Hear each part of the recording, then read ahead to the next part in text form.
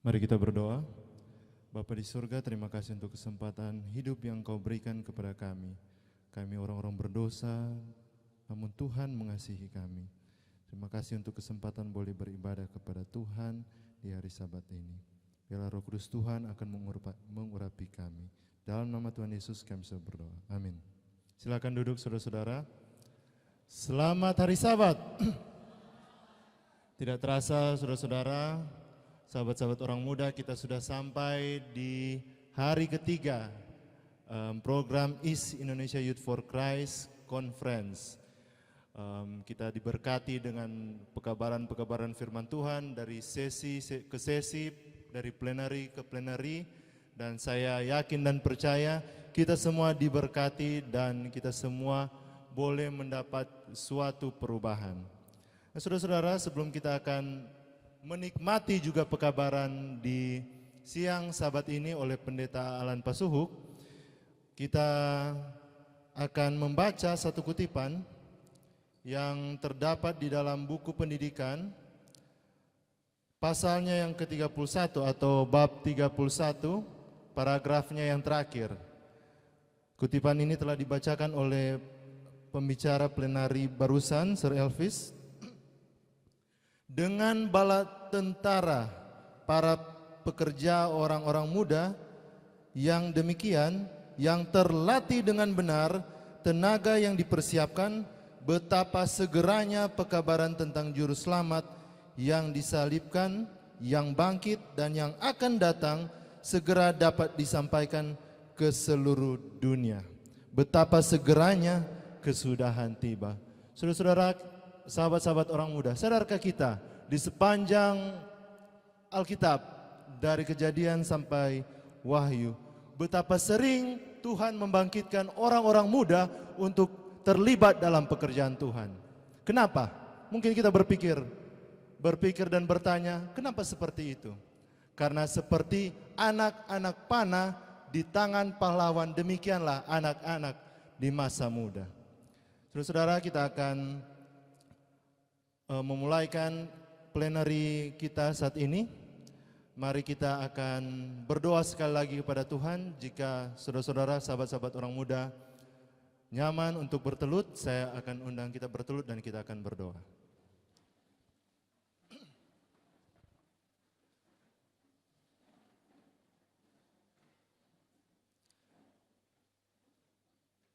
Kita berdoa.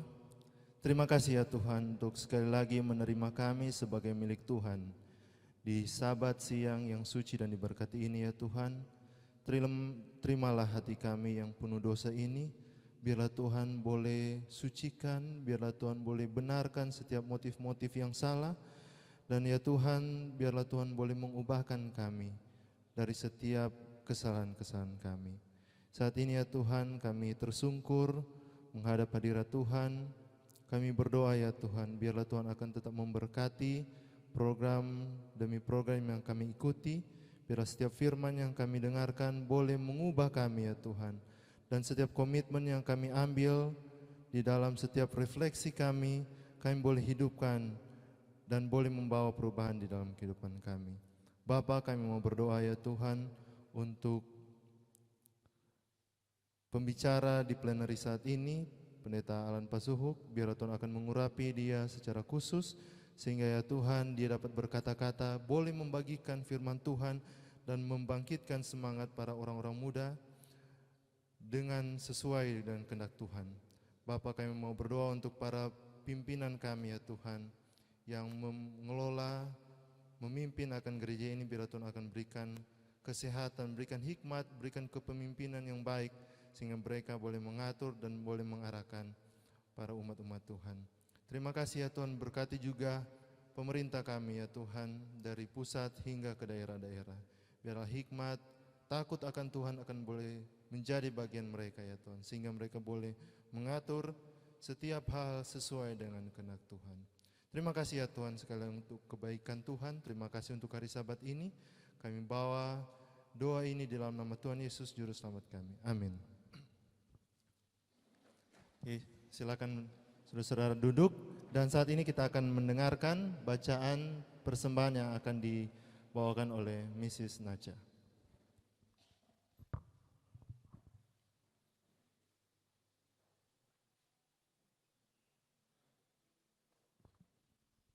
Selamat Sabat saudaraku, mari kita mendengarkan bacaan persembahan. Judulnya adalah Untuk Semua dari Segalanya. Ayat temanya di dalam Kejadian 14 ayat 20b. Lalu Abraham memberi kepadanya 1/10 dari semuanya. Kita menyembah Tuhan dengan perpuluhan dan persembahan kita, karena itu adalah hak istimewa dan berkat. Tetapi benarkah itu yang kita rasakan? Di beberapa tempat, orang-orang berdebat dengan penuh semangat tentang siapa yang seharusnya memberi persepuluhan. Beberapa orang telah membatasi praktek persepuluhan di kelompok kecilnya dengan mengutip Imamat 27 ayat 30 dan 32. Demikian juga segala persembahan persepuluhan dari ternak, baik dari hasil benih di tanah maupun dari buah pohon-pohonan, adalah milik Tuhan. Itu persembahan kudus bagi Tuhan. Mengenai segala persembahan persepuluhan dari lembu sapi atau kambing domba, maka segala yang lewat dari bawah tongkat gembala waktu dihitung, setiap yang ke-10 harus menjadi persembahan kudus bagi Tuhan. Perikop ini mengacu pada persepuluhan dari hasil bumi dan ternak. Apakah praktek persepuluhan disediakan untuk petani dan peternak? Apakah pebisnis, mekanik, guru, tukang, atau semua orang yang menerima pendapatan tunai dibebaskan dari pemberian persepuluhan? Beberapa mungkin bersuka cita tentang pembatasan ini, sedangkan yang lain akan sedih karena dikecualikan dari hak istimewa dan berkat. Konteks yang lebih besar dari Imamat 27 membantu membuka ikatan masalah ini. Pasal ini memberi petunjuk tentang menebus dan menukar barang-barang yang dikhususkan bagi Tuhan menjadi uang. Pertukaran ini mencakup orang, hewan, rumah, tanah, dan ladang yang didedikasikan untuk Tuhan. Orang Israel dapat menukar persepuluhan dari hasil tanah dengan uang tunai, tetapi tidak ada ketentuan yang dibuat untuk menukar persepuluhan dari hewan, dan tidak disebutkan persepuluhan dari uang tunai yang diperoleh.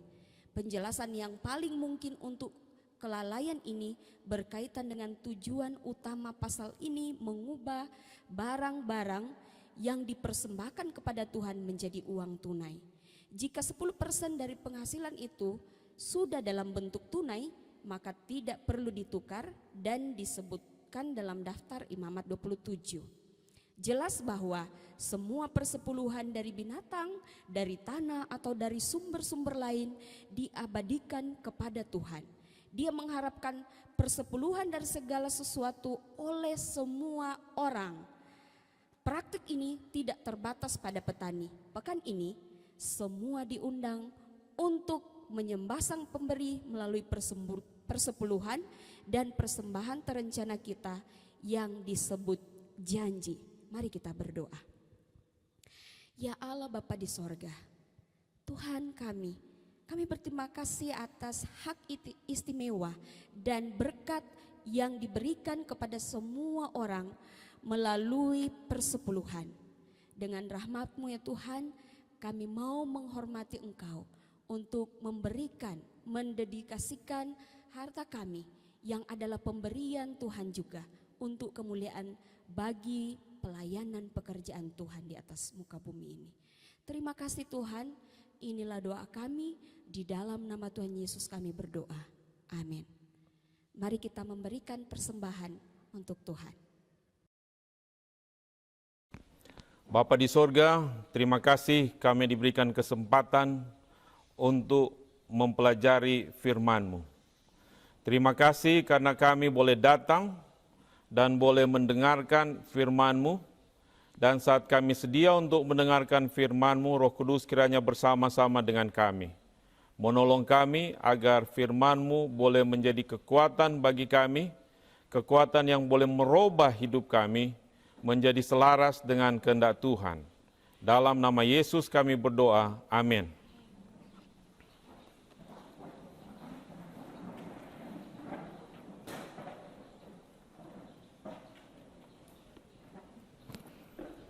Selamat hari Sabat, saudara-saudara. Puji Tuhan, pada hari Sabat ini kita boleh bersama-sama mempelajari firman Tuhan dalam rangkaian East Indonesia Youth for Christ. Kita boleh mempelajari firman Tuhan, duduk di kaki salib Yesus, dan mendengarkan Dia bersabda kepada kita. Pada saat ini, saya ingin kita membuka Alkitab di dalam Yosua pasal 7. Kebetulan tidak ada listrik, tidak ada LCD, kita belajar sama-sama Yosua pasal 7. Sudah? Sudah buka? Yosua pasal 7. Yosua pasal 7.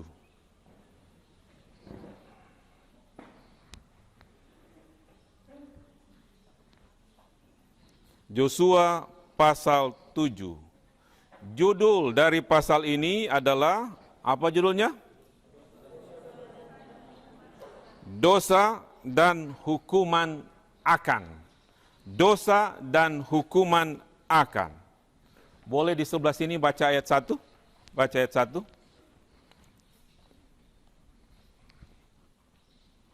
1, 2, 3.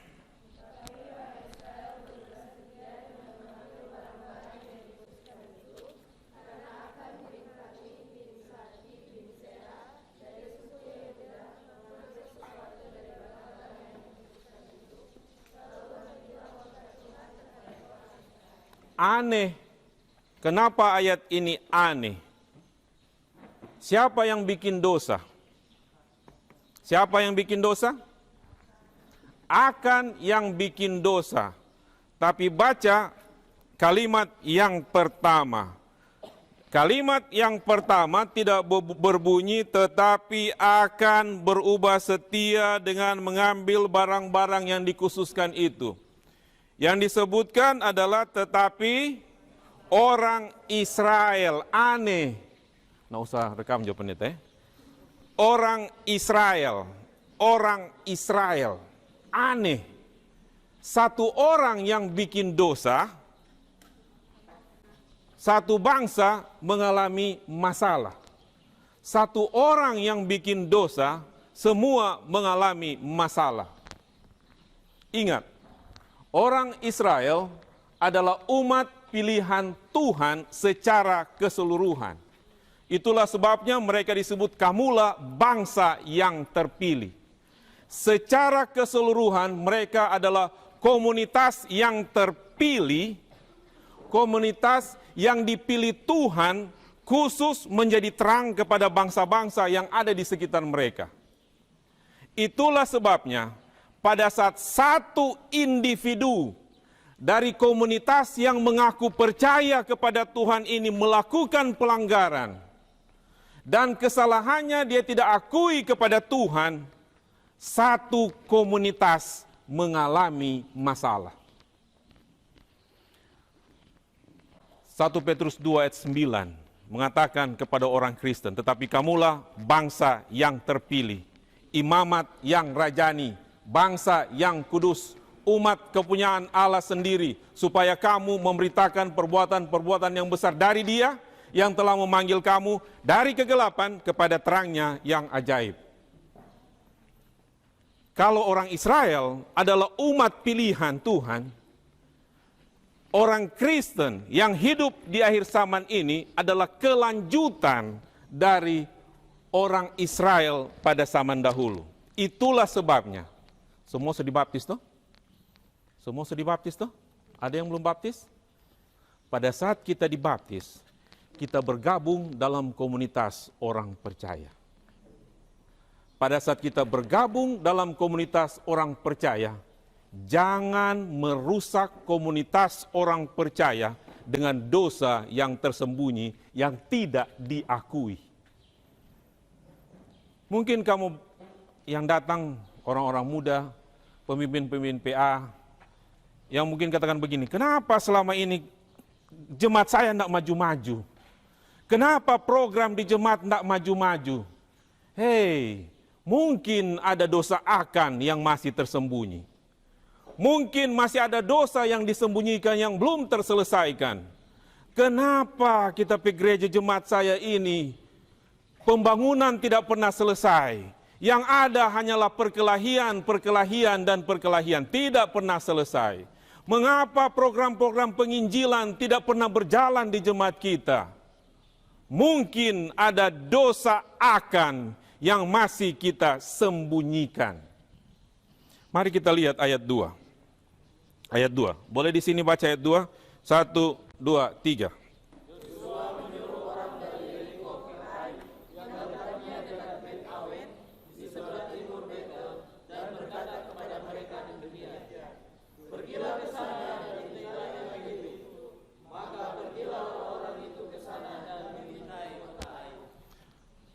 Kota Ai terletak di dekat Bethel dan Bet Awen.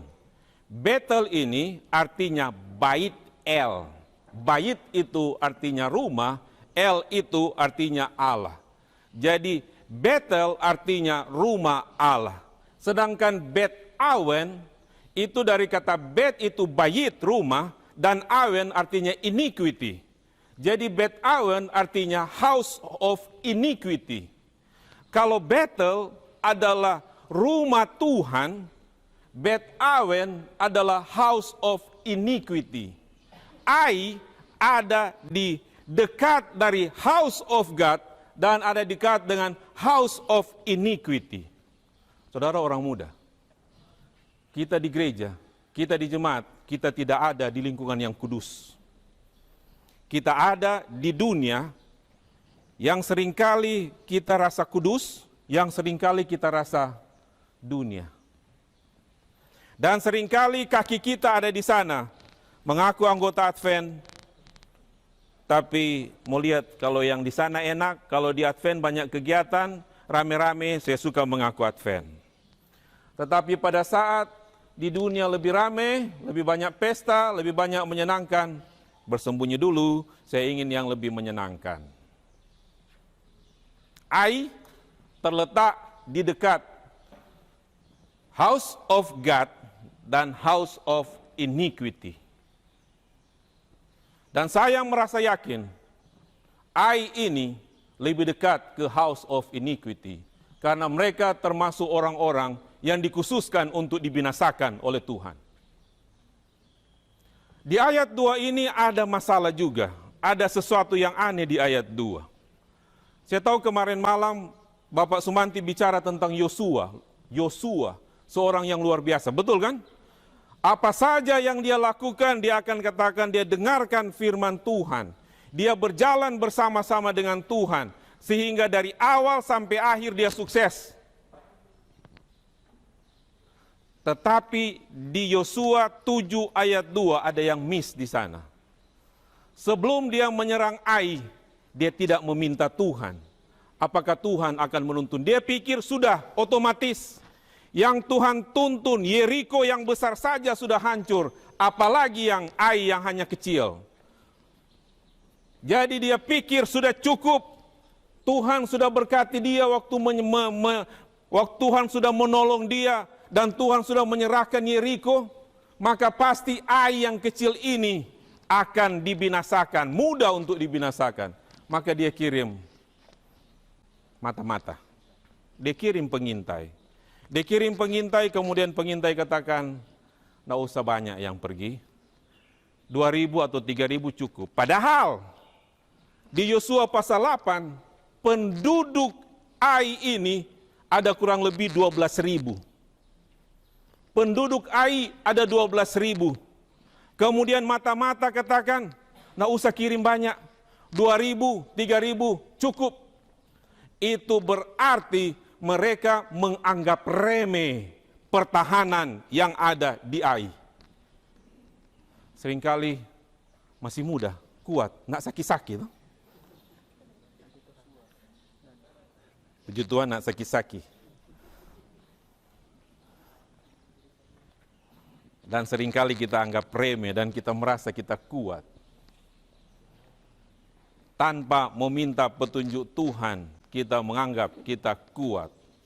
Itulah sebabnya Rasul Paulus katakan, pada saat kamu merasa kuat, hati-hatilah jangan sampai kamu jatuh.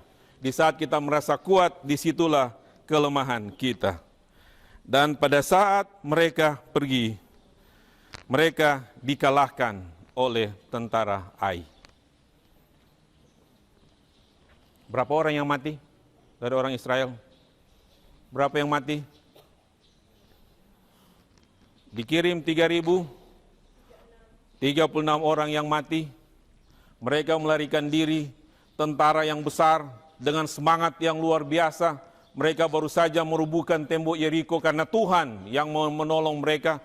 Tuhan yang merobohkan itu. Mereka lupa bahwa Tuhan yang merobohkan itu. Tapi sekarang mereka mau coba dengan kekuatan mereka sendiri untuk mengalahkan Yeriko. Mengalahkan Ai. Di Yosua 6 ayat 2, Bapak Sumantis sudah meminta kita baca itu kemarin malam. Berfirmanlah Tuhan kepada Yosua, ketahuilah aku serahkan ke tanganmu Yeriko, ini beserta rajanya dan pahlawannya. Tuhan janji, Tuhan yang serahkan. Tapi pada saat mereka mau menyerang Ai yang kecil, mereka rasa mereka kuat dan mereka yang bisa kalahkan sendiri. Sehingga pada akhirnya mereka yang dikalahkan. Hati-hati, jangan sampai merasa diri kuat. Jangan sampai merasa diri kuat. Kemudian pada saat mereka kalah, semangat yang besar sekarang hancur. Semangat yang besar sekarang rusak. Semangat yang tadinya meluap-luap sekarang langsung hancur. Karena kota kecil Ai yang hanya berpenduduk 1.200, 12.000 orang bisa mengalahkan orang Israel yang begitu banyak. Yosua dan tua-tua mereka datang ke depan tabut perjanjian dan mereka menunjukkan rasa sedih mereka. Dan dikatakan di ayat selanjutnya, ayat 6, lalu Yosua pun mengoyakkan jubahnya dan sujudlah ia dengan mukanya sampai ke tanah di depan tabut Tuhan hingga petang bersama-sama dengan para tua-tua Israel sambil menaburkan debu di atas kepalanya. Kalau saya mau tempatkan posisi saya di hadapan seperti Yosua, kecewa, sangat kecewa. Down, sangat down. Mulai mempertanyakan Tuhan, apa maksud dari semuanya ini? Dan seringkali dalam kehidupan kita pada saat kita mengalami masalah yang berat, kita akan datang kepada Tuhan dan tanya, Tuhan, mengapa? Tuhan, mengapa?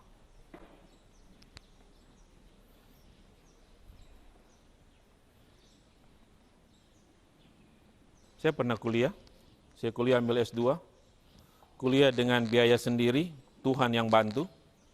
Pendeta Roy Pitoy yang kemarin dia bilang itu, Pendeta Roy Pitoy, saya tamat dari Unclub 95, kerja di Makassar, kemudian 1 tahun lebih sedikit di Makassar, Pendeta Roy Pitoy lagi kuliah di Filipina, dia panggil saya, Lan, kita datang kuliah sama-sama. Saya katakan saya tidak punya uang. Dia bilang cari uang jalan saja untuk ke sana. Saya pergi dengan uang jalan, dengan uang sedikit yang dapat berkat dari Tuhan, dan kami tinggal sama-sama, bergumul sama-sama, kuliah ambil S2. Itulah sebabnya saya dengan Pendeta Roy Pitoy sangat dekat. Kami berdoa sama-sama, kami bergumul sama-sama. Kalau saya mau katakan itu adalah waktu di mana saya paling dekat dengan Tuhan. Karena mau cari makan saja susah. Mau hidup susah. Kemudian saya ambil kelas. Saya baru tamat dari Unclub, baru 1,5 tahun tamat di Unclub. Ambil kelas Ibrani di Serlumoa waktu itu, dapat abulat. Kemudian saya ke sana. Ambil kelas Ibrani di Dr. Kobayashi, orang Jepang. Saya belajar lebih giat seperti yang lebih dari waktu saya ambil kelas dari Serlumoa di Unclub. Belajar giat, sungguh-sungguh belajar sungguh-sungguh. Bangun pagi, belajar sampai jam 10 malam belajar. Sedangkan sahabat saya si Roy Pitoy, santai saja dia. Orangnya santai. Saya katakan dia manusia jenius. Dia santai. Dia lihat saya sementara belajar, hafal Foxbox, Hebrew, kata-kata, belajar semua. Dia santai. Dia kata, Alan, mana pinjam? Buka. Dia santai. Dia nanti bangun, kelas kita jam 8. Nanti jam 6 dia mulai buka dan dia mulai hafal-hafal. Saya sudah dari malam hafal, pagi hafal. Kemudian kita ujian. Akhir semester, dia tembus, saya tidak tembus.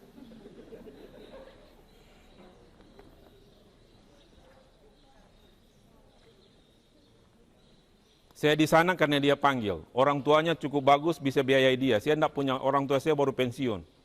Saya bilang, Tuhan kenapa? Kita ada sekolah sini, Tuhan cuma ada panggil, ada buka jalan.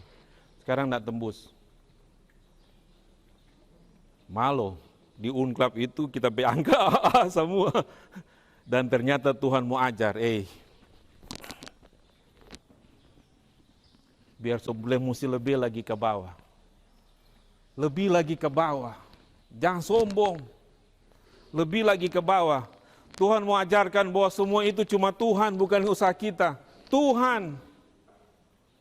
Apapun pencapaian kita, Tuhan, bukan kita, Tuhan.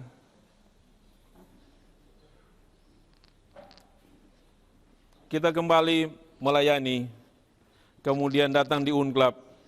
Sampai di Unclub, diangkat jadi dosen di Unclub. Mengajarlah kepada pendeta sana. Mengajar Hebrew ya. Dan saya disuruh mengajar Hebrew, padahal nak tembus Hebrew di Ayas, hoi. Jadi pengalaman saya cuma Hebrew 1 di sini, Hebrew di Unclub. Kemudian waktu ambil Hebrew di Ayas tidak tembus. Kemudian waktu pendeta Stephen rantung ke Amerika, dia suruh Alan mengajar dan Serlumoa suruh mengajar Hebrew. Masih pendeta muda nih boleh bilang, Sir kita nih tahu itu. Pura-pura juga dia, aduh Sir nanti Tuhan tolong juga mau mengajar itu. Jadi saya mulai mengajar Hebrew, belajar Hebrew. Ambil lagi buku yang pendeta Stephen rantung ajar, saya mulai belajar sendiri, Dan mengajar Hebrew kurang lebih 2 tahun, saya disekolahkan lagi ke Ayas. Sampai di Ayas, ambil Hebrew di dosen yang sama. Sudah tua, Dr. Kobayashi. Kemudian saya duduk di sana dan bilang, Sir, waktu saya mulai ambil kelas, sudah selesai kelas, saya dapat angka bagus. Tembus, kemudian ketemu dengan Dr. Kobayashi, bilang, Sir, do you still remember? Long time ago, when I was here taking MAR, I took your class, but I failed. Dia tertawa. Oh ya? Are you sure? Yes, sir. I failed. But I know ada pelajaran yang Tuhan ingin saya belajar dari situ. Kemudian saya katakan, kamu tahu Dr. Kobayashi, I fail. Waktu saya pulang ke UNLAB, saya mengajar Hebrew. Dia tertawa setengah mati. Dan dia bilang, you got a good grade. It seems you learn a lot. Dari kegagalan-kegagalan kita akan bangkit. Pada saat Yosua gagal, Tuhan datang dan katakan, berdiri, bangkit. Kamu tahu di Alkitab ada nabi yang tukang tidur? Kamu pernah baca di Alkitab ada nabi yang tukang tidur? Musti Tuhan yang saya bangun. Hah? Musti Tuhan yang saya bangun. Di dalam buku itu, buku yang pendek, ada beberapa kali Tuhan bilang, bangunlah, bangunlah, bangunlah. Cek. Masih ingat siapa dia? Yunus, nabi tukang tidur. Sementara dia tidur, Tuhan katakan, Yunus bangun pergi ke Nineve. Yunus tidak mau ke Nineve, dia pergi ke Tarsis. Kemudian dia naik kapal, dia masuk lagi di paling bawah, tidur di sana. Nakoda datang dan katakan, Yunus bangun. Kemudian setelah dia dimuntahkan oleh ikan, Tuhan katakan lagi kepada Yunus bangun. Tolbanya tidur. Yunus, Yosua, Tuhan katakan bangkit, bangun. Dan dia bangun pagi-pagi. Orang muda Advent, jangan bangun lat. Malas dia bangun lat, hoi. Jangan bangun lat. Yesus saja bangun pagi-pagi dan dia berdoa. Bangun pagi, penyerahan. Jangan bangun lat menjadi pendeta, jangan bangun lat. Rajin melawat pagi. Sekarang semuanya pendeta nak jam melawat pagi. Jadi ini mau melawat pagi orang. Rajin tuh melawat pagi tuh, melawat pagi. Orang janji mau melawat pagi. Jadi kalau saya bangun tuh anggota supaya anggota worsi pagi. Karena sebanyak anggota nak jauh worsi pagi. Iya kan? Katanya Pak anggota, iya betul. Cuma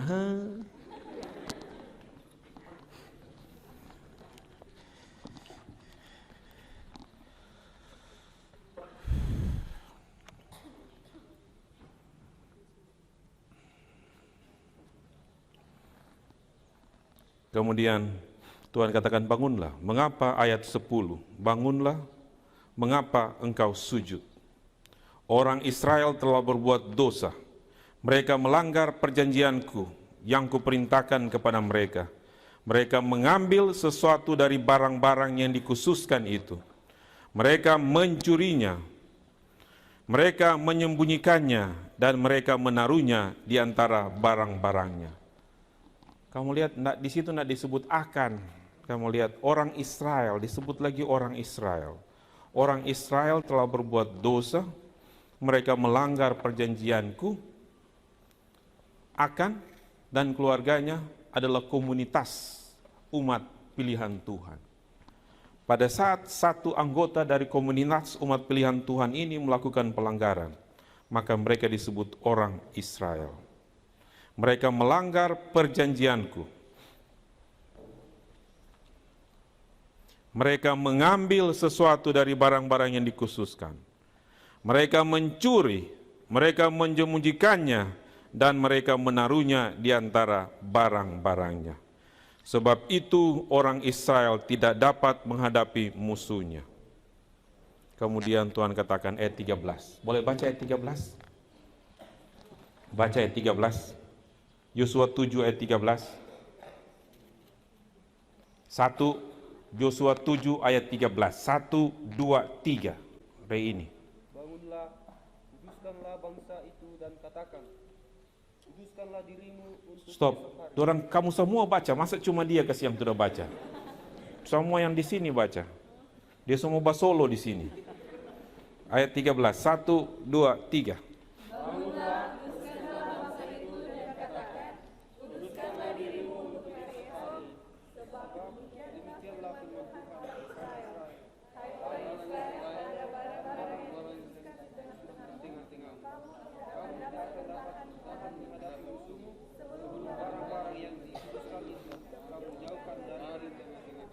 sebelum orang Israel mengalahkan Yeriko, Tuhan katakan khususkan barang-barang. Ada barang-barang yang dikuduskan yang tidak boleh dijamah oleh orang Israel. Tapi orang Israel akan dia mengambil itu. Sehingga pada saat Yosua akan menyelesaikan masalah, dia katakan bangunlah, kuduskanlah bangsa itu. Kuduskanlah bangsa itu. Kuduskanlah dirimu. Kuduskanlah dirimu. Kuduskanlah pribadimu. Kuduskanlah keluargamu. Kuduskan kehidupan kita. Dalam arti mari kita lihat hubungan kita dengan Tuhan. Kalau kita punya masalah dengan Tuhan, selesaikan masalah kita dengan Tuhan sebelum kita melakukan pelayanan kita. Kemudian ayat 14, besok pagi kamu harus tampil ke muka suku demi suku, dan suku yang ditunjuk oleh Tuhan harus tampil ke muka kaum demi kaum. Apa yang dilakukan? Buang undi.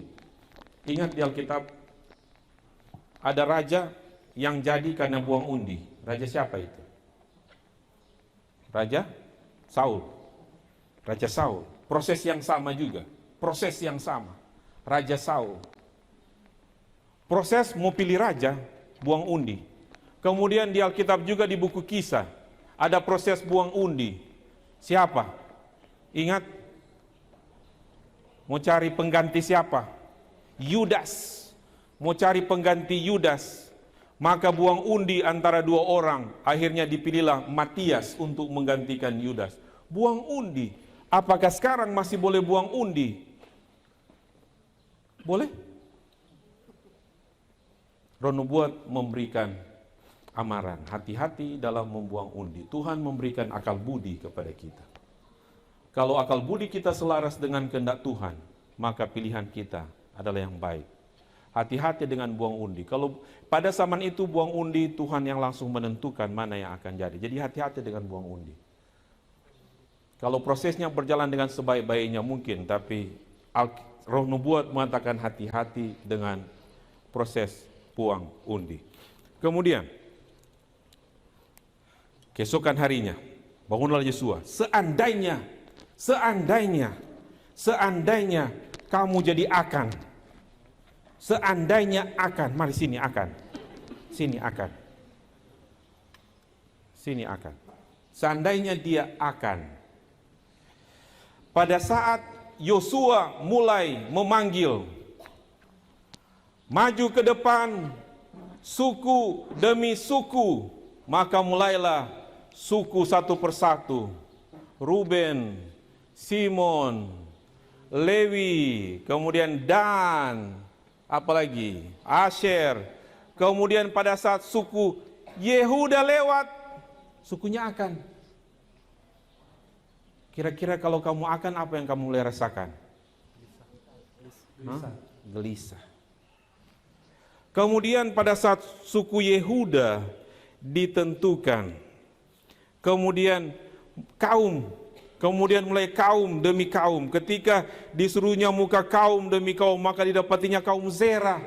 Akan dari kaum Zerah. Bagaimana lagi hati kamu? Kacau. Tadi mulai apa? Gelisah. Sekarang? Kacau.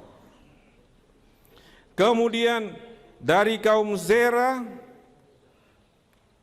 seorang demi seorang, maka didapatilah Zabdi. So lebih dekat lagi. Apalagi itu hati?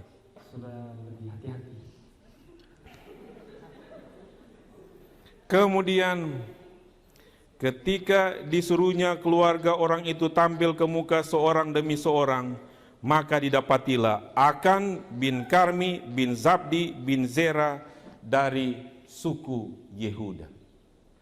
Mau apa lagi? Tidak tahu bukan apa. Silakan duduk. Jangan lem begitu. Seandainya pada saat Tuhan katakan kuduskanlah dirimu, kan Yosua melalui Tuhan katakan kuduskanlah dirimu besok. Kemudian akan langsung datang kepada Yosua dan katakan, Yosua, nggak usah baking itu, kita pesalah itu, kita pesalah. Bagi saya mungkin lain ceritanya. Tetapi akan Sifat akan sudah dipupuk dari kecil. Sifat ketamakan dari akan, sifat keserakahan dari akan sudah dipupuk dari kecil sehingga dia tidak mau mengakuinya. Bayangkan suku Yehuda, kaum, keluarga.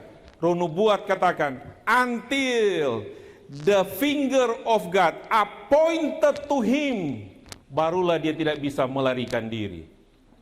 Hati-hati, hati-hati saudara, hati-hati saudara.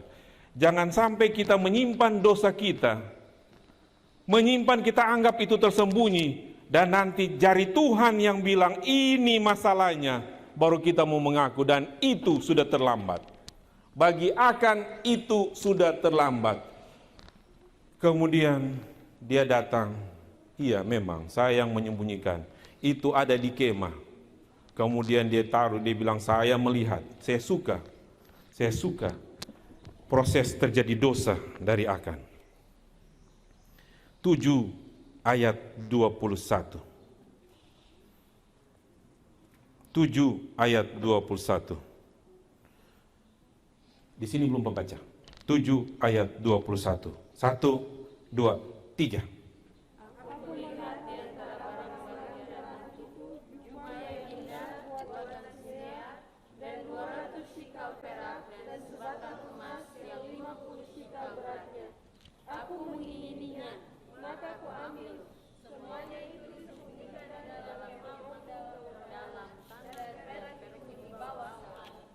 Hati-hati dengan proses terjadinya dosa. Kulihat, kuingin, kuambil. Jadi semua dimulai dengan mata. Lebih mata PT daripada mata pepancuri. Akan dia lihat, dia ingin, dia ambil. Hati-hati orang muda. Melihat teman yang ada kelebihan dari kita, lihat, ingin, ambil.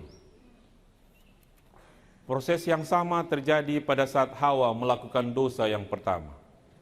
Hawa melihat buah itu indah, enak kelihatannya, dia ambil, dia makan. Kulihat, kuingin, kuambil. Proses yang sama terjadi pada saat Raja Daud berbuat dosa. Dia berjalan-jalan di atas istana. Dia melihat istri orang lain, dia mengingini istri orang lain, dia berbuat dosa dengan istri orang lain. Kulihat, kuingin, kuambil.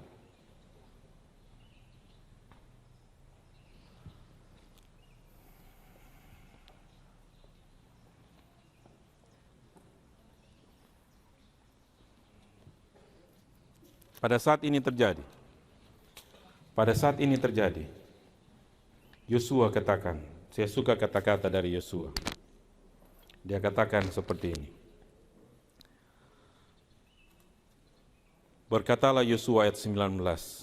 Berkatalah Yosua kepada Akan, anakku, hormatilah Allah Israel dan mengakulah di hadapannya. Katakanlah kepadaku apa yang kau perbuat, jangan menyembunyikan kepadaku. Pada saat kita panggil begini ke dia, siapa ngapain nama? Yosua. Waktu saya katakan anakku, anakku. Ya, Sir. Iya, Bapak. Mana Juan? Mana Juan? Mana Juan? Sini.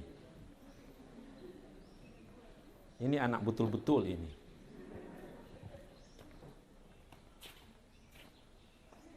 Saudara tahu pada saat Yosua katakan anakku, dia katakan anakku, itu akan bukan anak sungguhnya. Kalau ini kita punya anak sungguh.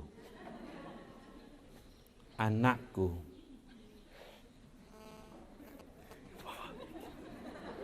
Duduk.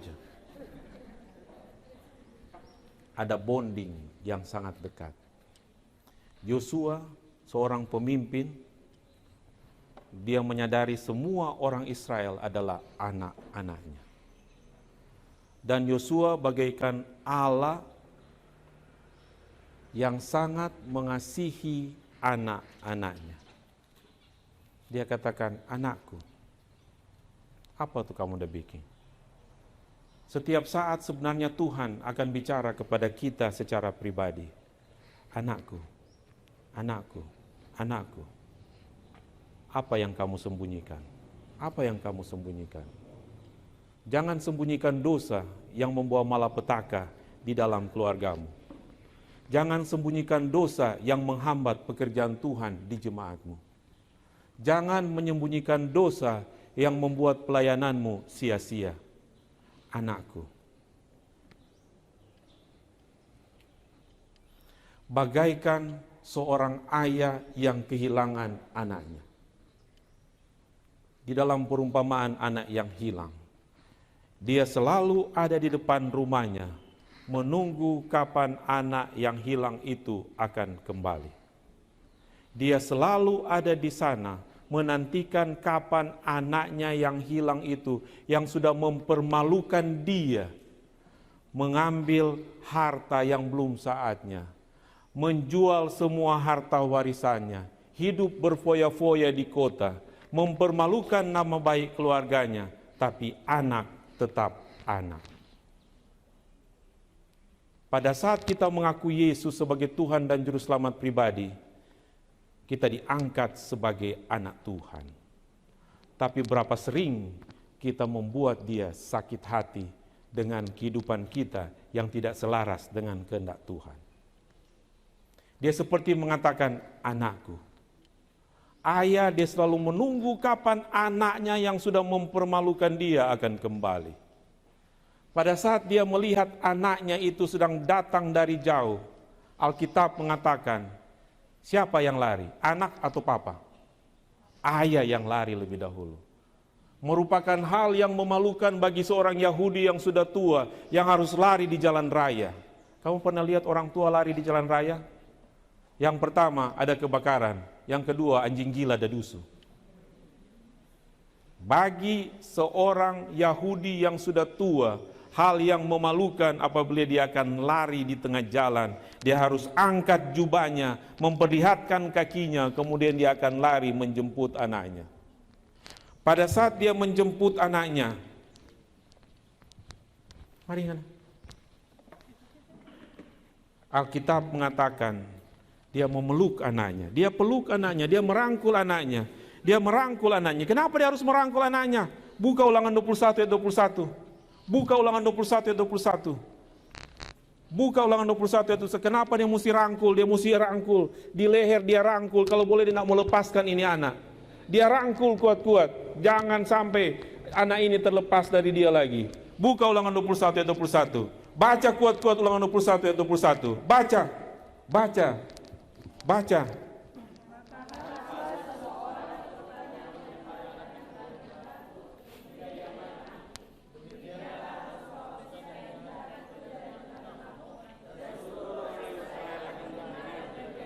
Itu berbicara tentang anak durhaka, dan anak yang hilang adalah masuk golongan anak durhaka.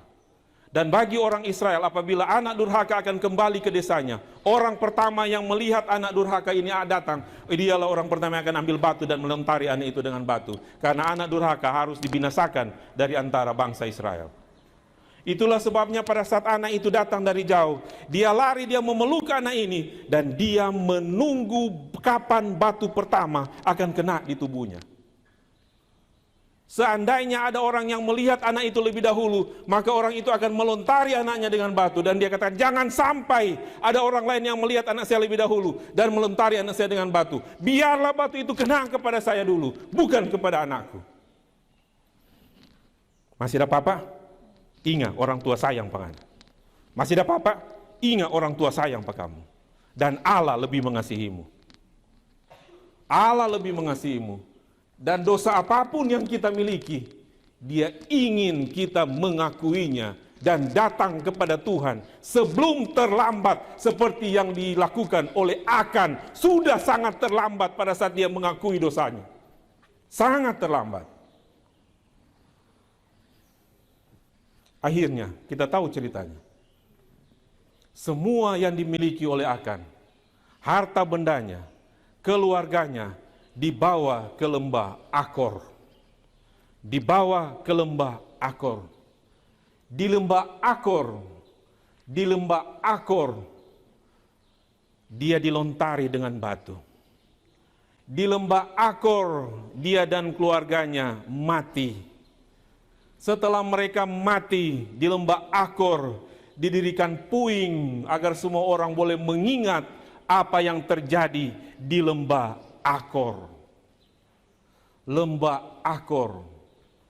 Akor berarti masalah. Akan berarti pembuat masalah. Jadi pembuat masalah mengakhiri hidupnya di lembah masalah. Tapi puji Tuhan, saya katakan puji Tuhan. Di dalam Hosea 2 ayat 14. Hosea 2 ayat 14. Hosea 2 ayat 14. Ayat tema yang sudah dibacakan tadi. Lembah Akor disebut lembah apa? Lembah Akor disebut pintu pengharapan. Lembah Akor disebut pintu pengharapan. Yang tadinya tempat seorang dihukum, di sana menjadi pintu pengharapan. Apakah saudara mengingat satu bukit di perjanjian baru yang disebut sebagai Bukit Tengkorak? Bukit Tengkorak, tempat di mana hukuman dibuang di sana, tempat di mana orang berdosa menderita hukuman di sana, kemudian mayatnya dibiarkan di sana, sehingga disebut Bukit Tengkorak. Bukit Tengkorak ini juga disebut Bukit Golgota. Tempat yang ditakuti orang adalah tempat di mana Yesus disalibkan. Yesus disalibkan. Yesus disalibkan. Yesus menderita untuk kita, menyelamatkan kita dari dosa. Pada hari ini, di hari Sabat yang suci ini, mari kita sama-sama menyelidiki hati kita. Apakah ada dosa-dosa tersembunyi yang masih kita sembunyikan?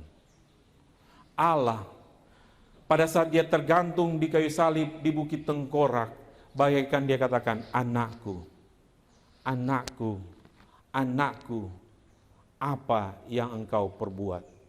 Apa yang engkau sembunyikan? Akuilah itu di hadapan Tuhan, maka dia akan mengampunimu sebelum terlambat. Tuhan memberkati kita. Amin.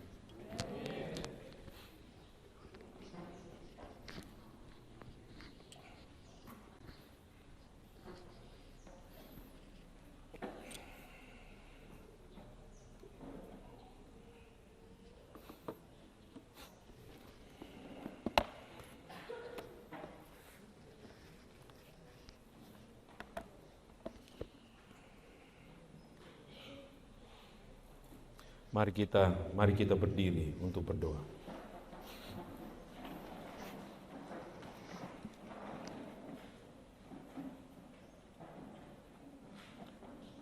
Bapa kami dalam kerajaan sorga, terima kasih ya Tuhan, karena Tuhan menegur kami melalui firman-Mu.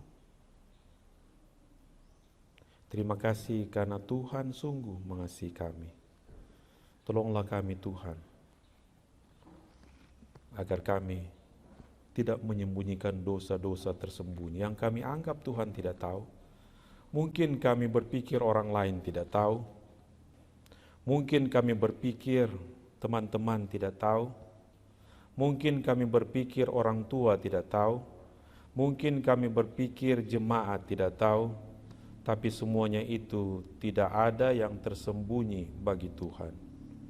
Dan hari ini kami ada di sini, dan ada Tuhan yang bagaikan Yosua mengatakan, anakku, apa yang engkau sembunyikan? Apa yang menghalangi berkat Tuhan dicurahkan kepadamu? Apa dosa-dosa yang masih engkau sembunyikan?